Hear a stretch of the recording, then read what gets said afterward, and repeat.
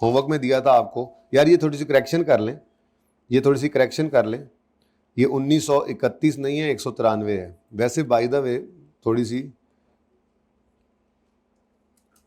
बंदे को सोल्यूशन देखा होगा, उन्हें पता लग गया होगा कि यार असल फिगर ये है। एनीवेज 1993 193 से ही ये 1326 बनता है, बाकी सब सही है। ठीक है, ये मिस प्रिंटिंग की वजह से मैंने ये लिख लिया, अगली बार सही करेंगे। ठीक है चल। अच्छा जी, अब मैं ये ज़रा रश वश घट करा, रश घटाइए ज़रा, हैं ये तो डिस्कशन थी ना।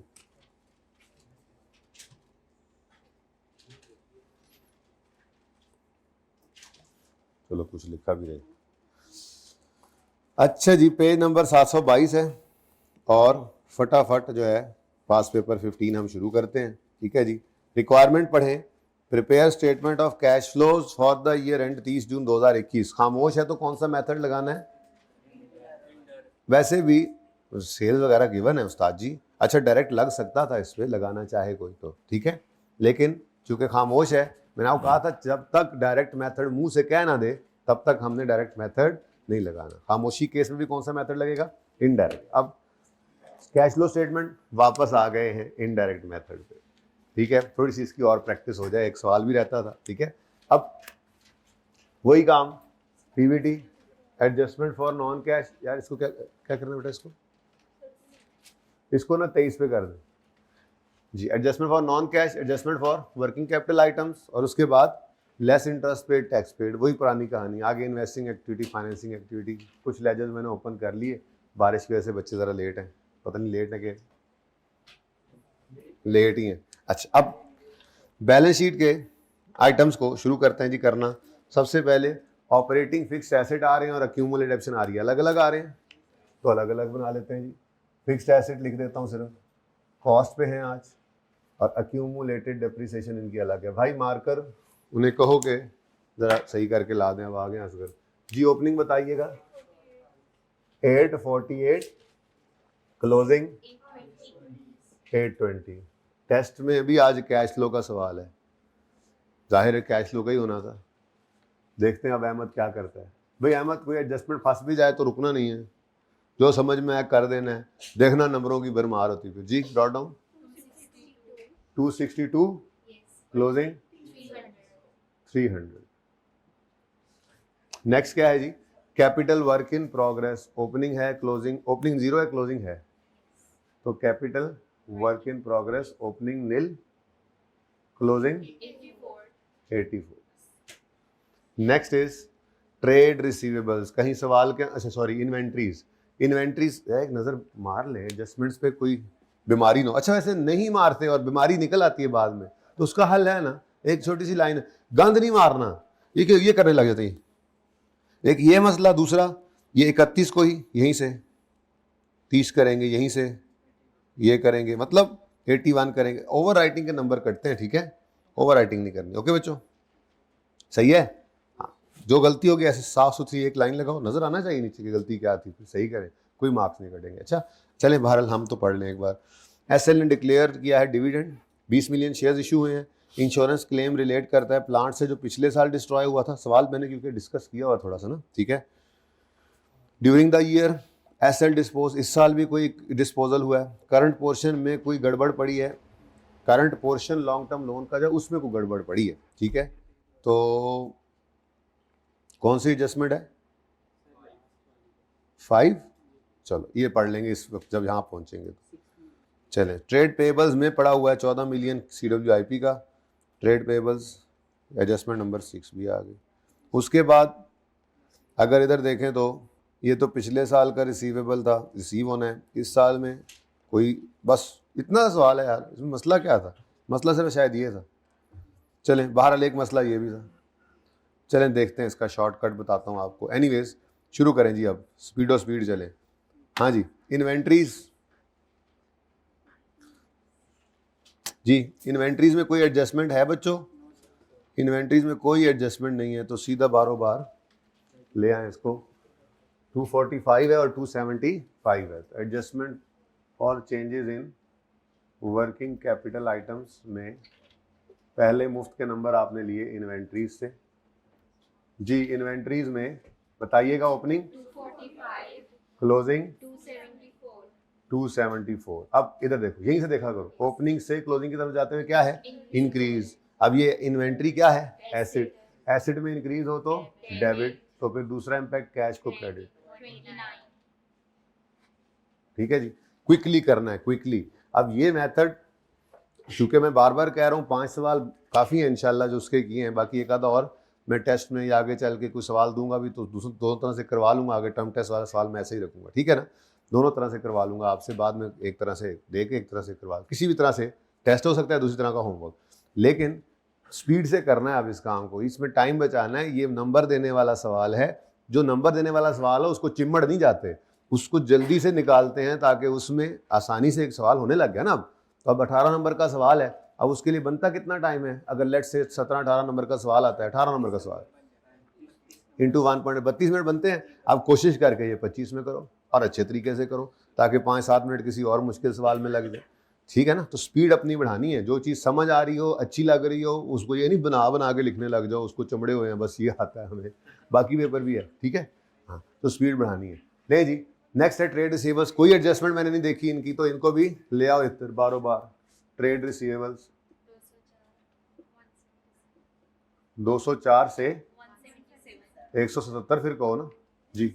ओपनिंग से क्लोजिंग की तरफ आते हुए कम हुए हैं, डेटर्स कम हुए हैं। डेटर्स एक एसिड है, एसिड कम हो रहा है तो दूसरा इंपैक्ट कैश पे डेबिट 27 पॉजिटिव आ गया। अब पढ़ सवाल रहे थे, सवाल पढ़ते पढ़ते ही फॉर्मेट के अंदर चीजें जा रही हैं। ये बस हमारा वारदात का तरीका असल में ये था, हमने पहले फॉर्मेट बनाया था, पहले दिन, दूसरे दिन, तीसरे दिन बहुत मुश्किलात पेश आई दोस्तों को, बहुत सारे दोस्तों को, लेकिन चौथे दिन जाके फिर थोड़ा सा काम। अब बस ये आखिरी लेक्चर है आज, इंशाल्लाह कल एनपीओ स्टार्ट कर देंगे, ठीक है। बहुत सारी चीज़ें मैंने छोड़ी हुई हैं, जैसे एमसीक्यूज वगैरह हैं, थ्योरी है, मैंने कहा अब चलो अब आराम से करते हैं, जरा एंड पे जरा पहुंचे ना, ठीक है। जैसे रेशियोज का टॉपिक चल रहा होता है तो उसके साथ साथ फिर एक एक टॉपिक के एमसीक्यूज करते जाएंगे, वो टॉपिक ऐसा ही है, उसके साथ चल जाता है काम। एक बार रेशियो सिखा दी ना आपको, फिर रोजाना 1-2 सवाल पास पेपर के आप करके आएंगे, मैं डिस्कस करूंगा क्योंकि लिखना होता है ना उसमें, तो वो डिस्कशन उसके साथ साथ फिर हम ये चीज़ें करेंगे। इसलिए फिलहाल मैं ब्रेक नहीं लगा रहा, क्योंकि जब IS 8 पे बंदा पैर रखता है ना, तो ऐसे बस चलते चलते हर चीज़, करेक्शन ऑफ एरर से IS 8 से कैश फ्लो से बिल्कुल मिलता जुलता NPO, तरीका वारदात यही, उनमें लेजर्स बनेंगे, बैलेंसिंग निकलेगा, उसके बाद फिर जाके सांस लेते हैं। वो सांस लेने में रुके तो उस वक्त रेशोज करके फिर साथ साथ दूसरी चीज़ें करेंगे, ठीक है ना। ब्रेक नहीं लगा रहा मैं, जान दो जी। 204 से हो गया। इंश्योरेंस क्लेम, इंश्योरेंस क्लेम अगर तो देखो, इंश्योरेंस क्लेम जब भी आएगा याद रखना एबनॉर्मेलिटी की वजह से आएगा। एबनॉर्मल लॉसेस के अगेंस्ट इंश्योरेंस वाले कवर देते हैं, नॉर्मल लॉस को नहीं कवर करते, ठीक है ना, याद रखना सारी जिंदगी के लिए। तो अब एबनॉर्मल लॉस हो या गेन भी हो, हम उसको ऑपरेशंस में नहीं रखते होते। एबनॉर्मेलिटी हमेशा हम ऑपरेशंस के अदर इनकम, अदर एक्सपेंसेस में रखते होते। एबनॉर्मेलिटी जो है कंपेरेबल नहीं होता। हमारा जी स्टॉक जल गया, हमारा फिक्स एसेट जल गया, अब क्या हर साल इसने जलना होता है? जब हर साल एक काम नहीं हो रहा होता तो कंपैरेटिव खराब ना हो, इसलिए हम ये एबनॉर्मेलिटीज को अदर एक्सपेंसेस, अदर इनकम में रखते हैं, ठीक है। तो इंश्योरेंस क्लेम वैसे भी किसी में छुपा नहीं पड़ा, इंश्योरेंस क्लेम अलग ही पड़ा हुआ है, इसका भी लेजर बनाएंगे, ठीक है। बात मैंने कर दी थी आपके साथ, उसने क्या बोला था, ये तीसरा पॉइंट इसका रेफर भी कर देते हैं, ऐसे लिखते हैं। इंश्योरेंस क्लेम के बारे में क्या कहता है, कहता है जी insurance claim was related to a plant destroyed in April 20। हम किस साल में खड़े हैं, हम जून 21 वाले में हैं। ये देखो ना, असल में आप जरा ध्यान से देखो ना, जून आ गया ना फिर, ठीक है। 1 जुलाई 20 से 30 जून 21, ये हमारा साल है, ठीक है। अब वो कह रहा है मई 21 में, भाई ये मई 21 है, ये तो थोड़ा सा पीछे उसने मई 20 है, हाँ सही कह, अप्रैल 20 में, चलो इधर अप्रैल मई जून, तो यहाँ पे करके उसने एसेट को डिस्ट्रॉय करवाया था। तो जब एसेट डिस्ट्रॉय हुआ था तो 2020 के अंदर ये एंट्री हुई होगी, जो भी था इंश्योरेंस क्लेम आ गया था। अब पता नहीं कितना, प्लांट की कॉस्ट ही बताई हुई है उसने और उसकी बुक वैल्यू भी बताई हुई है उसने, तो मतलब 63 वाला एसेट जिसकी अक्यूमुलेशन 42 थी वो बिका है। कितना इंश्योरेंस क्लेम रिसीवेबल है? नहीं 21 नहीं होगा ना, जो है वही है, 31 है। वाह सुभान अल्लाह, तो ये क्या आ गया, बोलो गेन है लॉस है, गेन है लॉस है, गेन ही होगा, क्या होता है, गेन है लॉस है, कितना, अब भाई हमारी बला से जो भी है, ठीक है, हमारी बला से जो भी है, ये कब की बात है, पिछले, अगर मैं पिछले साल की कैश फ्लो बना रहा होता तो मैं पिछले साल की कैश फ्लो के अंदर कहता कि जी डिस्पोजल का लेजर बना होता, जाहिर सी बात है, ठीक है, डिस्पोजल का लेजर बना होता, मैंने एंट्री लिख दी जरा, उसके अंदर मैं इस गेन को क्या करता, रिवर्स, ठीक है, लेकिन कैश कोई नहीं आया, रिसीवेबल था, तो कैश इनफ्लो नहीं होना था, वो कहानी खत्म हो गई, ये पिछला साल इज ओवर, हम खड़े हैं 2021 में। अब 2021 में जस्ट क्या हुआ है, ये रिसीवेबल रिसीव हुआ है, तो मैं लेजर बनाए तो मेरा कैश इनफ्लो आ जाएगा, जैसे पिछले कई सवालों में हम करते थे कि जी एसेट बेचा है, कुछ पैसे अभी आउटस्टैंडिंग है, रिसीवेबल हैं, तो मैं कहता था कि इस रिसीवेबल का लेजर बना के रख लो, इससे कोई कैश नहीं आया, अगले साल जाके कैश आएगा तो कैश फ्लो में आएगा, अब ये अगला साल इस दफा आ गया, ठीक है। तो फिर इंश्योरेंस क्लेम रिसीवेबल का लेजर बना लें और ऑटोमेटिकली ये कैश आपका निकल ही आना है उसमें से। तो 31 था, ओपनिंग में 31 इंश्योरेंस क्लेम रिसीवेबल है भी किसका, प्लांट का, ठीक है, ओपनिंग कितना है और क्लोजिंग कितना है, मतलब कि रिसीव हो गया, इस तरह बैलेंस आएगा तो रिसीव हो गया, ठीक है। आगे बढ़ो, क्यों नहीं पूरी एडजस्टमेंट को लिफ्ट कराई, गेन लॉस पिछले साल निकला था, गेन था या लॉस था, पिछले साल 20 की कैश फ्लो बना रहे थे तो फिर पूरी बात करते, गेन उठाते, लेकिन कैश आना नहीं था, अब इस साल गेन नहीं है, वो पिछले साल का था और कैश इस साल आ गया, रिसीवेबल वाले का मसला, ठीक है। Next, advance to supplier, advance to supplier working capital item है, मैंने ऑपरेशन में आपको कभी डायरेक्ट मेथड में करवाया था, तो एडवांस टू सप्लायर हमने एडवांस दिया तो हमारा ये एसेट है 60 और 78, अब 60 से 78 पे गया, बढ़ा है, एडवांस टू सप्लायर हमने एडवांस दिया, फ्यूचर में हमें इसके अगेंस्ट गुड्स आएंगी तो हमारा एसेट है, तो एसेट क्या हो रहा है, बढ़ रहा है, एसेट का बढ़ना तो कैश, कैश फ्लो में इसको क्रेडिट, ठीक है। मैं आज डेबिट क्रेडिट फिर लिख रहा हूँ, 2-3 दिन बीच में आ गए थे ना, 2 छुट्टियां, फिर 2-3 दिन वैसे डायरेक्ट मेथड कर रहे थे, भूल ना गए हो। नेक्स्ट, कैश एंड बैंक 112 और 193, जी ये 1 को सही कर लें, ये गलत है, ठीक है, ये मिस प्रिंटिंग है, तो cash and bank balances 112 opening है और 193 क्लोज, ठीक है। नेक्स्ट, ओके, शेयर कैपिटल, बच्चों ये जो शेयर कैपिटल की एंट्री है, अगर ये डिस्काउंट पे हुआ है तो कुछ याद करो, हमें यूं कहा करते थे, ठीक है, कि अब ये असल में तो मामला क्या हुआ है, शेयर कैपिटल 200 से बढ़ गया है, लेकिन 40 से 200 शेयर कैपिटल में क्रेडिट हो गया है, मैं मिसाल दे रहा हूँ 200 की, ठीक है, 200 नज़र भी आ रहा है वैसे तो, ये क्रेडिट हुआ, लेकिन कैश पूरा 200 डेबिट नहीं हुआ, तो याद है आपको डिस्काउंट आया करता था, डिस्काउंट, तो डिस्काउंट को हम डेबिट कर देते थे और बाकी का 160 कैश में आना चाहिए, ये कैश फ्लो होना, ठीक है ना। अब ये अलग अलग लेजर्स बनाएं, अलग अलग लेजर्स बनाएं तो ये यूं बनेगा 500 700, ठीक है जी, और फिर शेयर डिस्काउंट का ब्रॉड डाउन कोई नहीं था, कैरी डाउन 40 आ गया। अब ये 40 दरअसल शेयर कैपिटल को हिट करता है जाए, तो यहाँ पे मैं 40 बैलेंसिंग निकाल के ना इधर डेबिट करके इसको शेयर कैपिटल में क्रेडिट कर दूंगा ना, ये शेयर डिस्काउंट को, तो कैश खुद ब खुद सही हो जाएगा। अब इसका बेहतर हल जो है वो मैं आपको, ये अलग अलग हैं तो इस तरह है, लेकिन इसका बेहतर हल पता है क्या है, चूंकि डिस्काउंट ने कैश को कम करना है, मैं ये शेयर कैपिटल का लेजर आ नहीं रहा, ये तो उसने बनाए हुए हैं, अकाउंटिंग फाइनेंशियल स्टेटमेंट्स उसने बनाई हुई हैं, मैं तो अपने मतलब के लिए शेयर कैपिटल शेयर प्रीमियम को इकट्ठा कर देता हूँ। क्या ये इकट्ठे हो सकते हैं? वैसे फेस के ऊपर तो अलग रखना सीखा हुआ है, इकट्ठा क्यों कर देता हूँ? मेरी सहूलत। क्या डेटर्स में कभी कैश सेल्स आ सकती हैं? क्यों हम लिख देते हैं डेटर में? अपनी सहूलत, कैश फ्लो के अंदर हमारा काम चलता है। बिल्कुल ऐसे ही शेयर कैपिटल और शेयर प्रीमियम इकट्ठा किया था, तो शेयर कैपिटल और शेयर डिस्काउंट आ जाए तो उसको भी इकट्ठा कर देना। शेयर कैपिटल में शेयर प्रीमियम ऐड होता है, ओपनिंग में ओपनिंग ऐड, क्लोजिंग में क्लोजिंग ऐड। शेयर डिस्काउंट अगर होगा तो वो लेस हो जाएगा, काम फिर भी वही हो जाएगा। ठीक है, तो हमने क्या करना है, कंबाइन कर देना इनको। तो share capital and share discount, ठीक है। ओपनिंग कितना है जी? ओपनिंग शेयर कैपिटल का कितना है?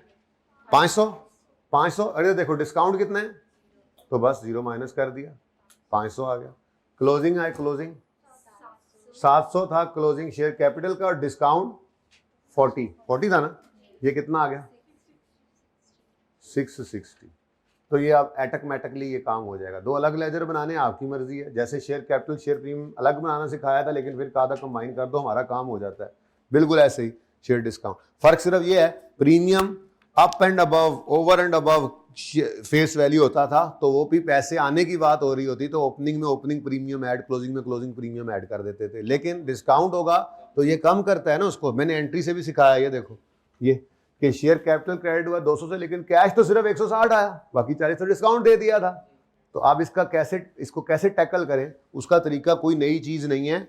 जैसे शेयर कैपिटल शेयर प्रीमियम को ऐड कर देते थे, शेयर कैपिटल और डिस्काउंट आ जाए तो उसको लेस कर देंगे, नेट कर देंगे, काम हो जाएगा अपना। ठीक है, चलें आगे। ये 2-3 बातें थी बस इस सवाल में, आगे चलो नेक्स्ट। रिटेन्ड अर्निंग्स 315 है ओपनिंग में और 200 कम हुई है।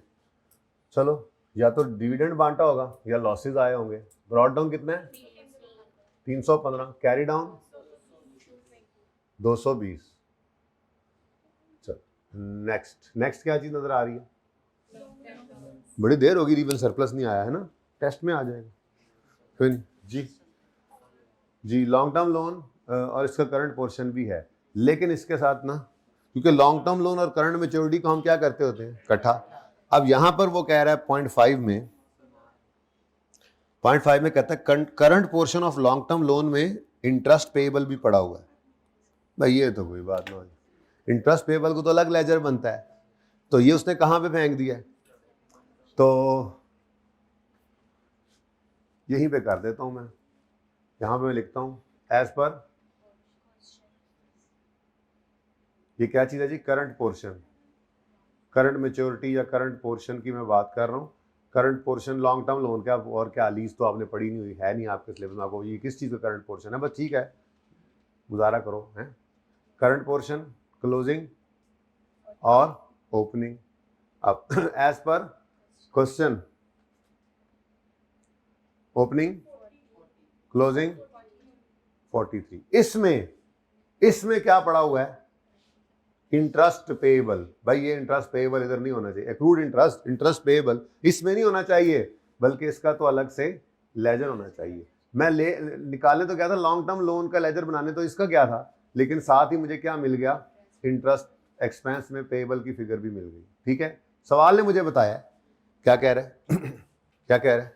Opening 1 million, closing 5 million interest payable है, जो करंट मैच्योरिटी में शामिल हुआ पड़ा। हमने कहा यहां से निकालो 1 और 5, यहां से निकालो, इसको लेजर में ले आओ। ये काम कई बार हमने पहले भी किया होगा, कोई चीज कहीं हमने अलग, ये इसलिए नहीं अलग कर रहे कि ये ऑपरेटिंग एक्टिविटी नहीं है या दूसरी एक्टिविटी है, मतलब ये गलती क्या है?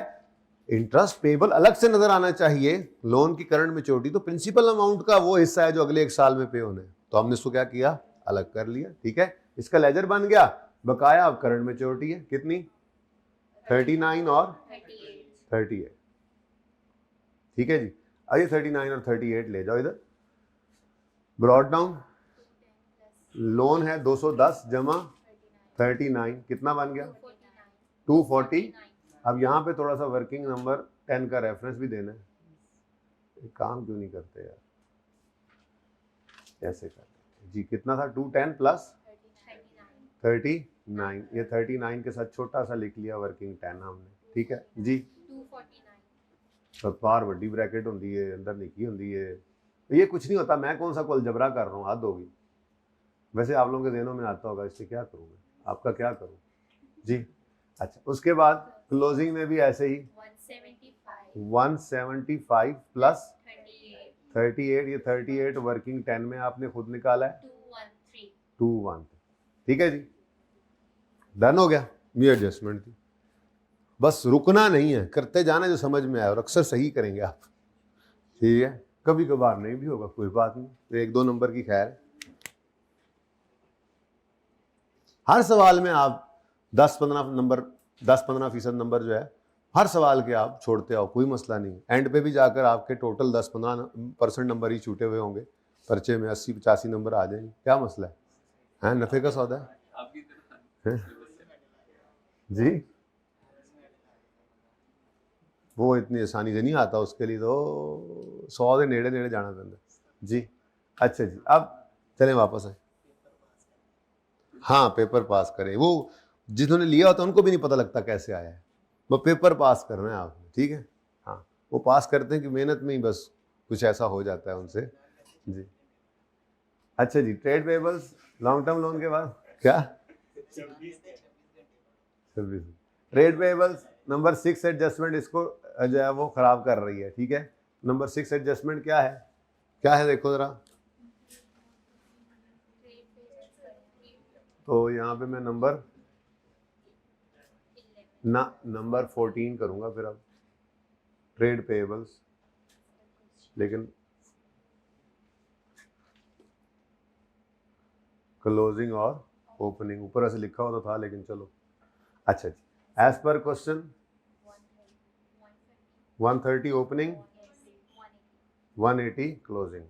ऊपर देख लिया करो ध्यान से, ओपनिंग क्लोजिंग सवाल के स्टार्ट में ना, ये ना हो सारा पर्चा कर लो बाद में पता लगे ओह सारे ओपनिंग क्लोजिंग सारे क्लोजिंग ओपनिंग बनाए थे। ये ध्यान से देख लिया करना आपने पर्चे में जी। आई कैप मेरे तो ख्याल नंबर देगा आपको, गलती पे हर जगह पे जो गलती हो जाएगी नंबर कुछ ना कुछ तो फिर भी मिल जाएंगे। गलत ओपनिंग क्लोजिंग ले लिया, फिर बैलेंस सही निकाला तो उसका, लेकिन अब देखो ना 18 नंबर में से फिर 7-8 नंबर उस सवाल में है जिस सवाल के अंदर आपके 18 में से जो है वो 15-14-15 नंबर आने चाहिए, तो मारे तो गए ना आप। तो ध्यान से देख लेना ऊपर क्या डेथ पड़ती है, ऊपर देखना ही है ना ओपनिंग कौन सा क्लोजिंग कौन सा जी। तो अच्छा जी, अब हाँ जी, इसमें क्या मसला है जी, जरा पढ़ के बता दें।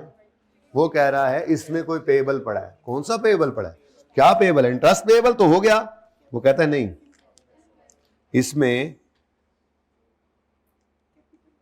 इसमें CWIP का पेएबल पड़ा है, पेएबल अगेंस्ट। तो ऐसे ही है जैसे फिक्स एसेट है, फिक्स एसेट ही है, बल्कि कैपिटल वर्किंग प्रोग्रेस जो है। तो आप अगर फिक्स्ड एसेट का पेएबल निकाल देते थे, नादिर पता नहीं है किस सवाल में आया था, तो ये भी तो फिक्स एसेट का ही पेएबल है, तो इसको यहां से निकाल दो। इसका लेजर बनाना है आपने, लेस कर दिया आपने पेएबल फॉर CWIP, ठीक है जी। Opening 0 closing 14। लो जी, ट्रेड पेबल्स भी ठीक हो गए। 130 तो सही था, 166 चर्च ले। अब 130 उसको तो ले ही जाएंगे, लेकिन ये ना भूल जाए, फटाफट यहां लिख दे पेबल फॉर CWIP कितना जी। जी ये अभी भी इधर भी लिख सकते हैं, कोई मसला नहीं, लेकिन एक मिनट जरा मुझे दिखाने दें। यहाँ पे ब्रॉड डाउन कितना 0, कैरी डाउन कितना। अब इसका मतलब क्या है, ड्यूरिंग द ईयर ये पेएबल बढ़ा है, तो उसके बढ़ने की एंट्री क्या है, CWIP डेबिट पेएबल क्रेडिट। वही मैं यहाँ से बैलेंस करूंगा, ठीक है। तो CWIP खरीदा है, जो ज्यादा चीजें खरीदी हैं उसके पैसे नहीं दिए थे, ये वो 14 है। तो यहाँ पे आकर लिख लो कितने गया ये पेएबल वर्किंग नंबर कितना।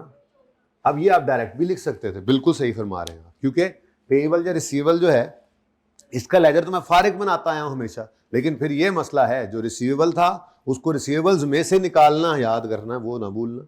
जैसे पेएबल आ गया उसको पेएबल्स में निकालना ना भूलना। यहां से निकाल लो, लेजर मत बनाओ, क्योंकि इसमें तो कैश इनफ्लो या कैश आउटफ्लो है ही नहीं, ठीक है। तो फिर इसका लेजर ना बनाओ, लेकिन इसलिए यहां पे लिखिए। और वो डिस्पोजल के लेजर में आपको पता है ना, क्रेडिट साइड पे रिसीवेबल आता था, वो रिसीवेबल लिख लो और रिसीवेबल्स में से निकाल लो, लेजर मत बनाओ, कोई मसला नहीं। अब आप तगड़े हो गए, ठीक है, तगड़े होते जा रहे हो ना अब, ठीक है। तो अब ये बातें कर सकते हो आप। चले, अच्छा, अब ये 130 और 166 क्या है, ट्रेड पेएबल्स हैं जी। ओपनिंग क्लोजिंग वर्किंग नंबर 14 का रेफरेंस देना, जहां से ये फिगर निकाली आपने, ठीक है। तो अब ओपनिंग से क्लोजिंग के जाते हुए पेएबल बढ़ गए, क्रेडिट 36 से डेबिट कैश, ठीक है। नेक्स्ट क्या है, एक्रूड एक्सपेंसेस हैं, कोई एडजस्टमेंट नहीं थी और करंट पोर्शन को हमने पहले ही ले लिया, तो एक्रूड एक्सपेंसेस को सीधा ही ले जाएं, कोई इसमें एडजस्टमेंट नहीं है। एक्रूवल्स हैं, एक्रूड एक्सपेंसेस, ओपनिंग, क्लोजिंग। अब एक्रूड एक्सपेंसेस, एक्सपेंसेस एक्रूड हो तो मतलब पेएबल है, तो पेएबल में ओपनिंग से क्लोजिंग से इंक्रीज आ रहा है, तो अगेन वही इंक्रीज है तो क्रेडिट 5 से कैश फ्लो में डेबिट शो कर, ठीक है। ओके, ले जी, करंट पोर्शन हो गया है। अब आ गया इनकम स्टेटमेंट। अब अगर डायरेक्ट मेथड होता तो फिर सेल्स जाती डेटर के लेजर में, चाहे क्रेडिट चाहे कैश, कॉस्ट ऑफ सेल जाती इन्वेंट्री के लेजर में, अब ये कहीं नहीं जा रहे, ठीक है। ग्रॉस प्रॉफिट वैसे कहीं नहीं जाता, ऑपरेटिंग एक्सपेंसेस जाते एक्सपेंसेस के लेजर ए में, वो कहीं नहीं जा रहे। हाँ, गेन ऑन डिस्पोजल, क्योंकि हमारे सिर्फ 3 लेजर्स बने थे, बेसिकली 3 लेजर्स, 3 फिगर्स चाहिए थी ना, cash paid to supplier, cash paid for expenses और cash received from customer. Ledger 4 बने थे लेकिन फिगर 3 निकालते थे, इन्वेंट्री और क्रेडिटर मिलकर कैश पेड टू सप्लायर निकालते हैं ना, तो 4 लेजर हमारे जो बने थे उन्होंने सेल को कवर किया, कॉस्ट ऑफ सेल को सेल डेटर में गया, कॉस्ट ऑफ सेल इन्वेंट्री में गया और एक्सपेंसेस के लेजरे में एक्सपेंसेस चले गए। उसके अलावा तो बाकी चीज़ों के वैसे भी अदर इनकम्स के जो है वो हम लेजर ही बनाते थे, अदर एक्सपेंसेस, गेन या लॉस ऑन डिस्पोजल है, इंटरेस्ट है, ये जो बाद में आते हैं ऑपरेशंस के बाद, वो तो पहले भी लेजर बन रहे थे, क्योंकि कैश फ्रॉम ऑपरेशंस ये चेंज होता है। जो मैंने पहले दिन आपको फॉरवर्ड बना के दिखाया था, तो यहाँ पे मैंने क्या लिखा था, इस less interest paid, tax paid, इससे पहले यहाँ पे क्या लिखा था जो मैंने आज नहीं लिखा, ये क्या है, cash from operation, cash flow from operation. तो ये एरिया चेंज होता है कैश फ्लो फ्रॉम ऑपरेशन का, उसके अलावा तो सारा सवाल सेम है, ठीक है। तो आपको क्या मिला है जी, सवाल के अंदर क्या लिखा हुआ है, गेन ऑन डिस्पोजल, तो ये गेन ऑन डिस्पोजल का लेजर बनेगा,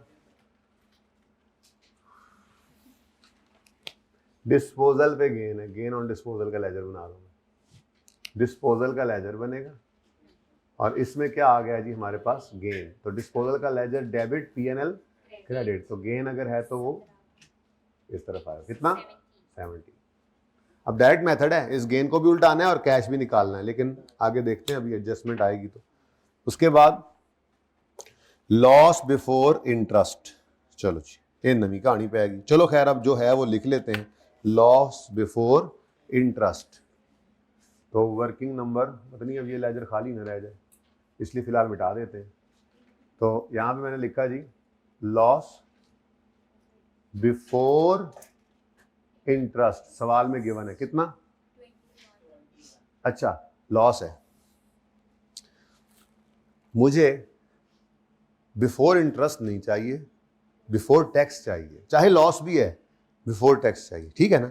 सारा सवाल मैंने कर लिया है, ये एंड में मुझे बस अब ये पता लगा है, अभी बाकी एडजस्टमेंट्स को जरा गो थ्रू कर लें फटाफट कि क्या क्या है क्या क्या नहीं, ठीक है। जो चीजें थी वो मैंने पहुंचा दी जहां जहां। लॉस बिफोर इंटरेस्ट में क्यों नहीं ले गया रिटेन्ड अर्निंग में, लॉस बिफोर टैक्स हो, अच्छा लॉस बिफोर टैक्स ही लॉस आफ्टर टैक्स होता है, क्यों बूझो तो जाने, लॉस पे टैक्स नहीं होता, इनकम टैक्स है, इनकम होगी तो टैक्स होगा, ठीक है। लेकिन loss before interest and tax नहीं कहीं जाता था हमारी कैश फ्लो में, मतलब profit before interest and tax कहीं जाता था, profit before tax starting point और profit after tax retained earning में। इसका मतलब अगर लॉस आ जाए तो loss before tax starting point और loss after tax retained earnings में। लेकिन मजे की बात, लॉस बिफोर टैक्स और loss after tax same figure होती है, क्योंकि लॉस पे टैक्स होता नहीं है, ओके। शायद टैक्स का लेजर भी नजर नहीं आया। चलो आगे बढ़ो, एडजस्टमेंट्स को जरा क्लियर कर लो। SL declared a final dividend of 10% on 30 September 22 which was paid in December 20, 30 September 20 और पे भी हो गया दिसंबर 20 में, और फिर नए शेयर्स मई 21 में इशू किए, शुक्र है यहां कहीं पे डिविडेंड वगैरह दे दिया था, यानी वो जो शेयर्स डिस्काउंट पर इशू हुए हैं वो वाले अभी नहीं आए थे, शेयर्स बाद में इशू हुए हैं। इसका मतलब हमने डिविडेंड की एंट्री मार देनी है, ठीक है। तो कहाँ है रिटेन, ये रहा रिटेन अर्निंग, यहाँ पे मैं डिविडेंड आकर लिख लेता हूँ जी, डिविडेंड। अब डिविडेंड जो है वो किस पर लगेगा, शेयर कैपिटल की लेटेस्ट बैलेंस पे। तो ओपनिंग में तो 500 ही पड़ा था, सुकून मारो, शेयर कैपिटल ही है ना, ठीक है। तो 500 का कितने परसेंट? 10%। कितना आता है? 50। ये जनाब retained earnings debit, dividend payable credit. कोई पेएबल है? डिविडेंड पेएबल है कहीं पे? तो यही पेएबल क्या बन जाएगा? पेड। तो बड़े हो गए ना आप थोड़े से, अब डायरेक्ट लिख लिया करो, ठीक है। तो यहाँ पे आके मैंने लिख दिया डिविडेंड पेड, ये तो फटाफट लिखो ना। और ये मैंने वर्किंग, इसकी वर्किंग भी वहीं पे की हुई है, तो वही रेफर कर दो, वर्किंग 7 कितना? ठीक हो गया? कोई मसला? Adjustment 1 is over. SL declared a final dividend 10% on 30 September. Final अगर 30 सितंबर 20 पे डिक्लेयर हुआ है तो वो 20 के साल का, मतलब वो 21 के साल का हो ही नहीं सकता। ये जुलाई, अगस्त और यहां पे करके अगर डिक्लेयर कर रहा है, कोई फाइनल डिक्लेयर यहां पे हो रहा है तो वो फाइनल इसी साल का होगा जो इधर डिक्लेयर हो रहा है। हो ही नहीं सकता इस साल का फाइनल इस साल में, ठीक है। कहीं लिखा हुआ है कि इन्होंने डिक्लेयर किया फाइनल ऑफ 21? नहीं लिखा, फाइनल डिविडेंड डिक्लेयर किया है। और किस दिन किया है? 30 सितंबर 20 में। कौन से साल का है ये नहीं बता रहा, बताने की जरूरत भी नहीं है। 30 सितंबर 20 साल के शुरू में यहां पर अगर कोई फाइनल डिविडेंड डिक्लेयर हो रहा है तो वो पिछले साल का ही होगा। वो फाइनल ऑफ 20 है जो 21 के अंदर डिक्लेयर होता है, ठीक है। अच्छा चलें जी, यहां तक को मसला 1 हो गया। उसके बाद कहता है 20 मिलियन शेयर्स वर इशूड। कितने के इशू हुए नहीं बताया था, तो वो बैलेंसिंग निकल आता होता है हमारे कैश फ्लो के सवालों में, ठीक है। वैसे जोर जोर लगाएं तो पता भी लग जाएगा कि कितने का एक शेयर इशू है, लेकिन जरूरत क्या है?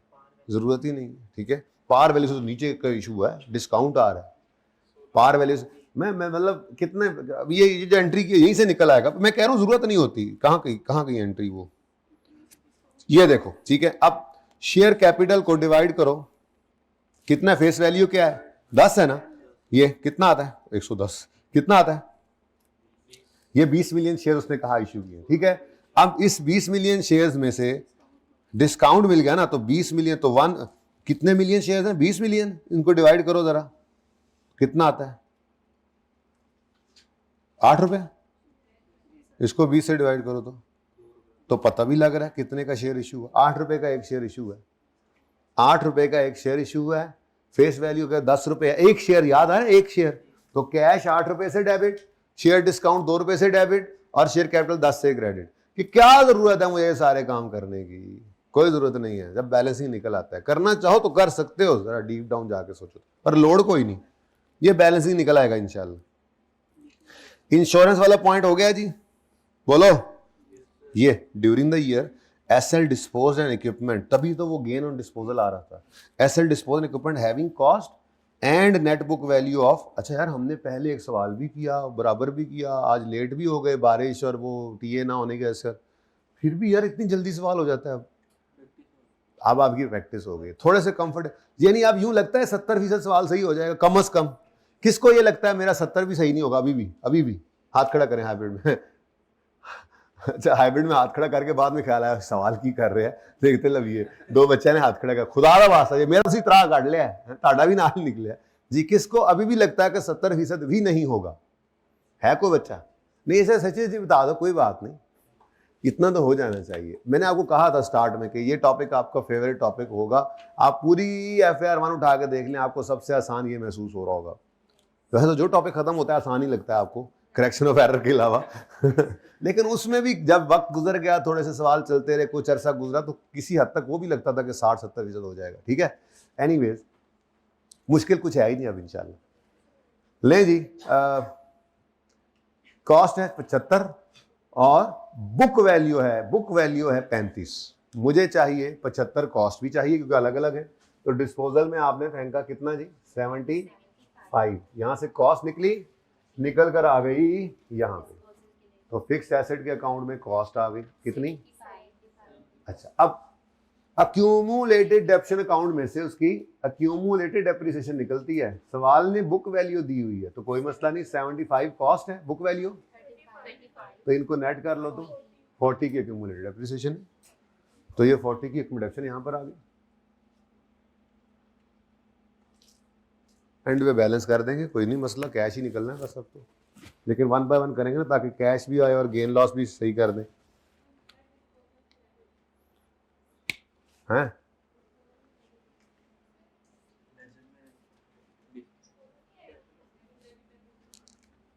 हाँ, ओ यार कुछ नहीं होता बेटा, ये वर्किंग है, वैसे बता रहा हूँ ये वर्किंग है, कुछ भी नहीं होता, कोई रेफरेंस का भी मसला नहीं था। आई कैप लेजर बनाता ही नहीं है, पता है आई कैप पता है क्या करता है, मैं बता आई कैप क्या करता है, आई कैप यूँ लिखता है, जो जो गिवन था ठीक है, यूँ लिखेगा 75 प्लस 17 माइनस 40 आ गया आंसर ब्रैकेट के अंदर। ये सारी लेजर्स उधर ब्रैकेट्स होती हैं, ब्रैकेट समझ ही नहीं आती है, हम तो लेजर से चलते हैं, ठीक है ना।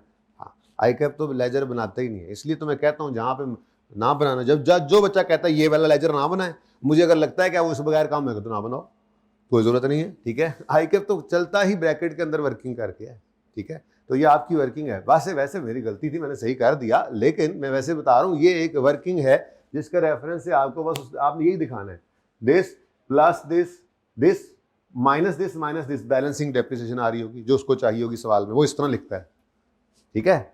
हम लेजर बना लेते हैं क्योंकि प्लस माइनस से तो हमारा काबू नहीं पड़ता, सीधी सी बात है भाई, मैं अपनी बात करूं तो नालायक सा आदमी हूँ। हाँ लेजर से ऐसे, लेजर में मुंशी लोग हैं, लेजर देख लेना एक बार पागल हो जाते हैं, किसी भी टॉपिक में लेजर बन जाए ना। अच्छा हाँ भाई, कुछ रह गया, कोई रह तो नहीं गया, अच्छा चलो फिर, where is the blue is, शुरू।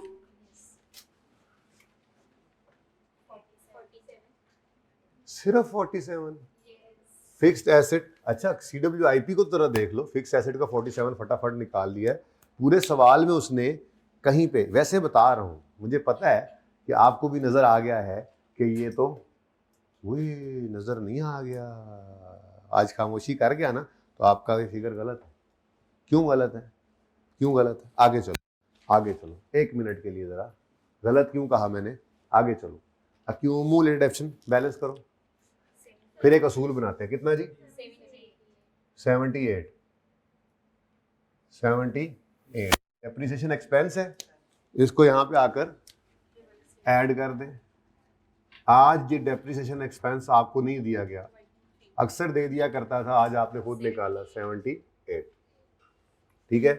अब CWIP के लेजर में आए, उसको आपने किया बैलेंस, तो बैलेंस हो रहा है या नहीं हो रहा, बैलेंस हो रहा है या नहीं हो रहा, नहीं हो रहा, किस तरफ बैलेंस आ रहा है 70, शुक्र है, साथ ही लिखो, उसकी वजह पता है क्या है, अगर खुदा ना खास्ता ये बैलेंस इस तरफ आ जाता तो इसका मतलब क्या होता, ड्यूरिंग द ईयर कुछ CWIP बिल्डिंग में ट्रांसफर हुआ है, तो वो तो आपने लिखा नहीं था, आपने तो पहले ही कैश सारा बैलेंस निकाल लिया, ठीक है। आज तो बचत हो गई, वैसे सवाल में वो बता दिया करता था कि ड्यूरिंग द ईयर इतनी बिल्डिंग वॉज ट्रांसफर्ड, लेकिन को जरूरी है बताना, अगर लेजर दिया हो मिसाल के तौर पे यहाँ लिखा हो ओपनिंग होता, लेट्स से ओपनिंग होता 50 और यहाँ पे आता लेट्स से 70, 50 और 70 कितना हो गया 120, यहाँ पर होता 84, तो मतलब बीच में 36 क्या हुआ है ट्रांसफर, तो उसकी एंट्री फिर पहले आपको करनी पड़ती, जैसे रिवेल सरप्लस निकलता था रिटेन अर्निंग वाला, आपको एंट्री करनी पड़ती, CWIP से क्रेडिट हो रहा है और बिल्डिंग में PPE में डेबिट हो रहा है, फिर जाके बैलेंसिंग आप निकालते हैं वो 36 लिखने के बाद। तो इसलिए एक असूल आज लिख लो यहाँ पे स्टार लगा के, अगर CWIP का लेजर आ रहा हो, अगर CWIP आ रहा हो, अगर CWIP आ रहा हो तो पहले उसको बैलेंस करके फिर PPE के लेजर को बैलेंस किया करेंगे। अगर CWIP आ रहा हो, सवाल में CWIP आ रहा हो तो पहले CWIP को बैलेंस करेंगे, CWIP के लेजर को बैलेंस करेंगे, फिर PPE के लेजर को बैलेंस करेंगे, वो भी ऐसे ही है, साथ ही लिख लो ये दोनों बातें, बल्कि लिख लो इकट्ठे ही कर दो, ये रूल लिखा गया ना, ये दोनों के लिए है। अगर रीवैल्यूएशन सरप्लस और CWIP, तो यहाँ पे CWIP लिखा ना, उसी के ऊपर साथ ही लिख दो रीवैल्यूएशन सरप्लस RS और CWIP के लेजर आ रहे हों तो पहले उनको बैलेंस करेंगे, फिर PPE को बैलेंस करेंगे। अगर RS और CWIP आ रहे हों पहले उनके लेजर्स को बैलेंस करेंगे, फिर PPE के लेजर को बैलेंस करेंगे, ठीक है। अब पहले मैंने इसको बैलेंस किया तो इसमें क्या आ रहा है एडिशन, तो मैंने यहां पे आकर लिखा addition in CWIP,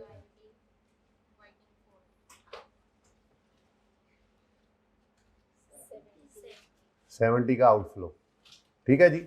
rupees in million चल रहा है काम हुआ। अच्छा, अब ये कर लिया ना, ये कर लिया, अब उसके बाद इधर गए तो ये बिल्कुल ठीक था। कितना? 47। तसल्ली हो गई ना। अब रीवैल्यूएशन सरप्लस है नहीं सवाल में, और CWIP हमने पहले देख लिया है, उसमें से कुछ भी ट्रांसफर नहीं हुआ। उल्टा शायद अभी बिल्डिंग बन रही है, मजीद खर्चे ही हुए हैं इस पे भी, कुछ पैसे भी हमने देने भी थे, कुछ दिए हैं। ठीक है, तो addition in PP fix asset है, fix asset, addition in fix asset working number 2 47।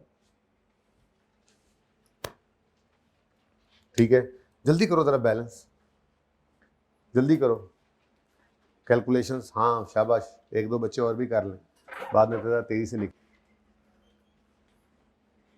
Ji, insurance claim balancing figure इस तरफ आ रही है, तो ये तो कैश रिसीव हुआ है ना, नजर भी आ रहा था साल के शुरू में एक रिसीवेबल था, साल के एंड पे वो ना रहा, तो मतलब रिसीव हो गया। ठीक है, तो ये बेसिकली इन्वेस्टिंग एक्टिविटी में एक रिसीवेबल था पिछले साल जो रिसीव नहीं हुआ था, तो इस साल हो गया, तो इस साल इन्वेस्टिंग एक्टिविटी में लिख देंगे कैश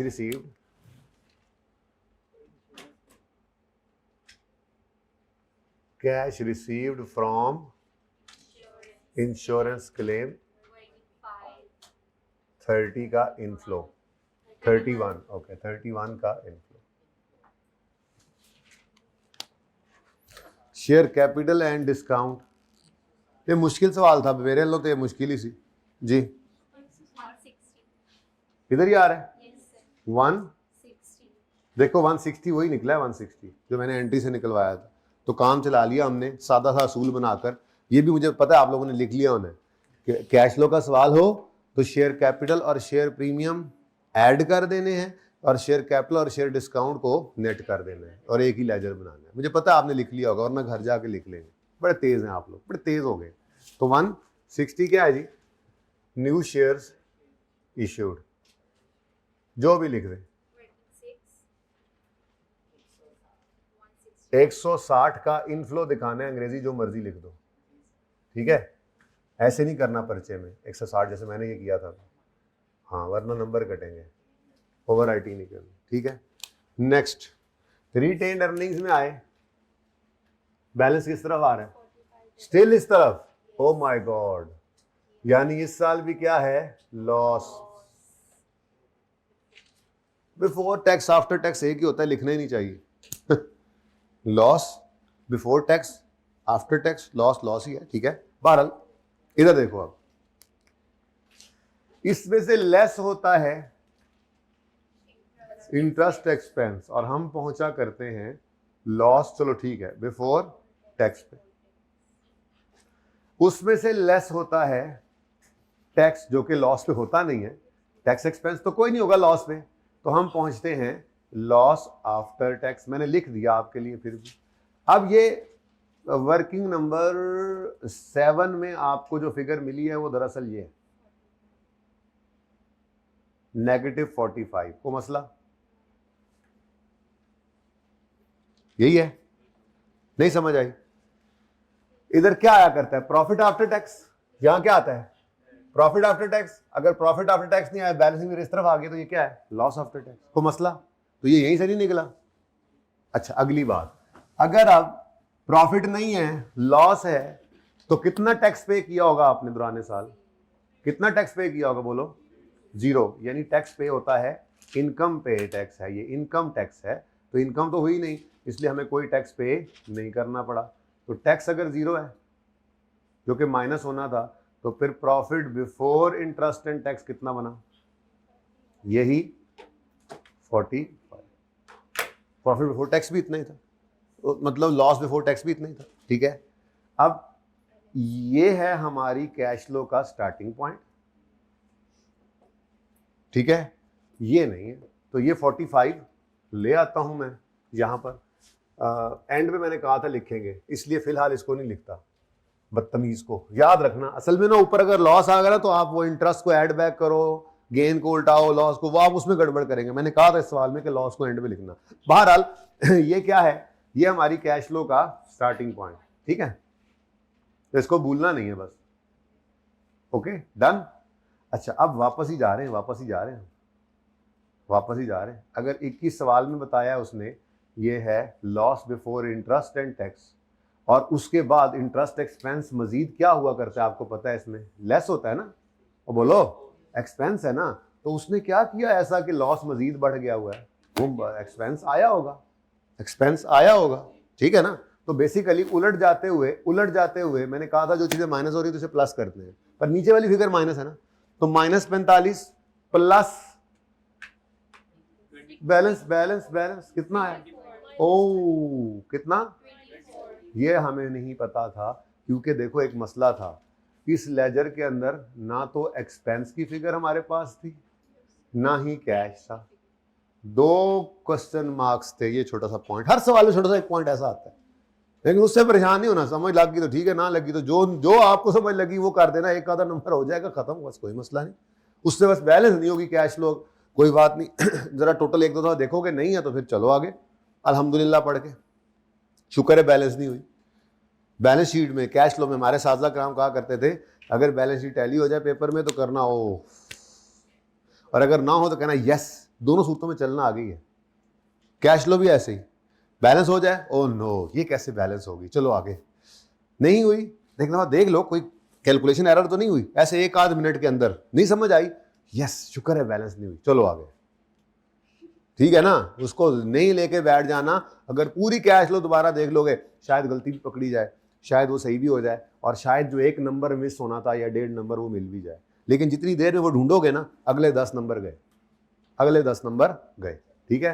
तो आपने अगले 10 नंबर पकड़ने हैं, इस 1 आध नंबर को छोड़ देना है, ये ताड़े नसीब च नहीं सी है, ठीक है ना। खैर अब 24 हमें मिल गया वर्किंग 13 से, ठीक है, कितना,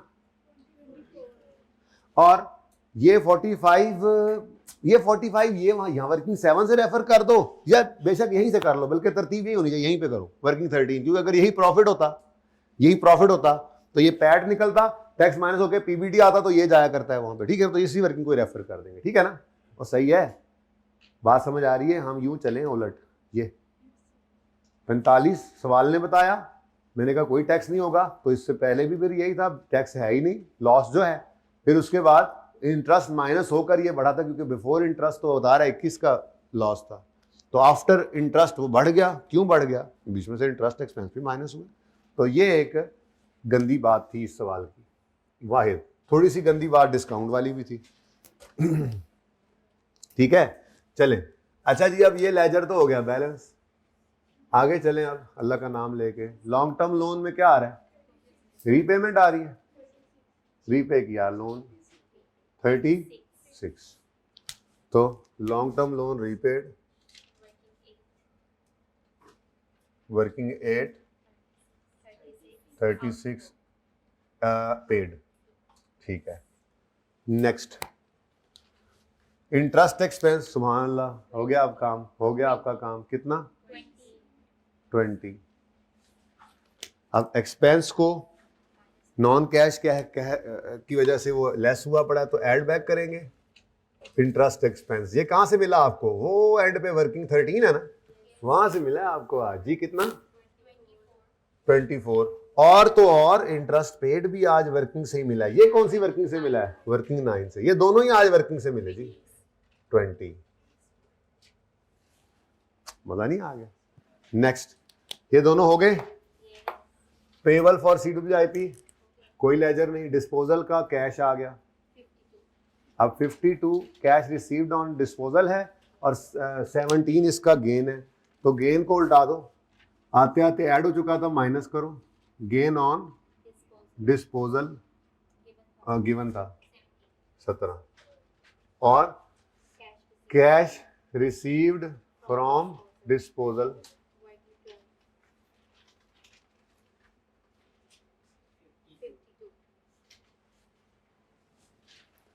और 13 वर्किंग से अब ले जाओ ये। अच्छा, लेके जाना है ये वाला 45 या ये वाला 45? नहीं नहीं नहीं नहीं, ये वाला 45। और कल को प्रॉफिट हुआ तो याद तो रखो ना, बिफोर टैक्स वाली फिगर जानी होती है, वो तो अलग बात है, लॉस पे टैक्स नहीं ना होता। जो मर्जी क्यों ले जाऊं मैं नहीं ये लेके जाऊंगा, मैं तो ये फिगर लेके जाऊंगा, ठीक है। तो 45 से स्टार्ट किया आपने वर्किंग नंबर, तो यूनिवर्सल लिमिट वाले सवाल को मैंने देखा था, उसमें ठीक है डिबेंचर वाला एक पॉइंट था जो आपको टेस्ट भी नहीं कर सकता, वो जिस तरह का पॉइंट क्वेश्चन बैंक के सवाल में था। तो मुझे लगा वो सवाल आपको होमवर्क वो एज एन एक्स्ट्रा लेक्चर देना ज्यादा बेहतर है और इसको क्लास में करवाना ज्यादा बेहतर है। एक तो डायरेक्ट मेथड का एक सवाल और हो जाएगा, भूल रहे थे आप। दूसरा इसमें जरा एक दो ऐसी बातें थी जो और सवालों में नहीं मिली थी जी। 45 नेगेटिव, अब नेगेटिव लिखा है ना, अब मसला कोई नहीं। जो पहले लिख देते ना नेगेटिव, तो फिर आप साइंसदान बन जाते हैं। फिर आपने कहना था लॉस में आते आते ये हुआ था तो वो सारी केमिस्ट्री खराब। इसको छुपाकर बात की थी कि प्रॉफिट तक आते आते गेन ऐड हो चुका होता है, लेस करो। प्रॉफिट तक आते थे डिडक्शन माइनस, प्रॉफिट नहीं है बस, ठीक है, सोचो मत ऐसे एंड पे ये लॉस लिख दो, प्रॉफिट नहीं लॉस है, ठीक है ना। ऊपर लॉस रख कर सोचो ना तो आपकी सारी साइंस उल्टी हो जाएगी। वो नहीं करना, वो नहीं करना, ठीक है ना। समझ आई ये बात? ये समझ आया था? सारा सवाल करके एंड में लिखा है ये। चलो जी बताओ। 41 पॉजिटिव, लॉस से शुरू है फिर भी कैश फ्लो 41 पॉजिटिव है, गुड जी। नेगेटिव 34, अब 41 प्लस माइनस 34 प्लस 74 81, इसमें 112 ऐड किया तो 193। ये आपने हाथ, मैंने क्या कहा था, पर्चे में छोड़ के आना है, घर आके उठाना है, घर आके उठाना है। वैसे आप नहीं रह सकेंगे, आप उठाएंगे। तो जब उठाएं तो यहाँ पर बैलेंस हो जाए तो अफसोस करके आगे चले जाना, ठीक है। और अगर ना हो तो खुशी खुशी आगे चले जाना, मतलब बस आगे जाना है। बस बैलेंस ना हो तो एक नज़र देख ले। हाँ क्लास का मसला और है बेटा, क्लास में तो मजबूरी है ना। कल अब जैसे आउट हुआ था तो जब तक सही नहीं हुआ तो हमने नहीं आगे जाने, हम नहीं गए आगे। लेकिन क्लास और चीज़ है। अब वो एक चीज़, एक नंबर की भी गलती क्लास में नहीं छोड़ सकते, पर पर्चे में पॉसिबल नहीं होता, ठीक है ना। इसलिए आप लोगों ने चलते जाना है, ओके।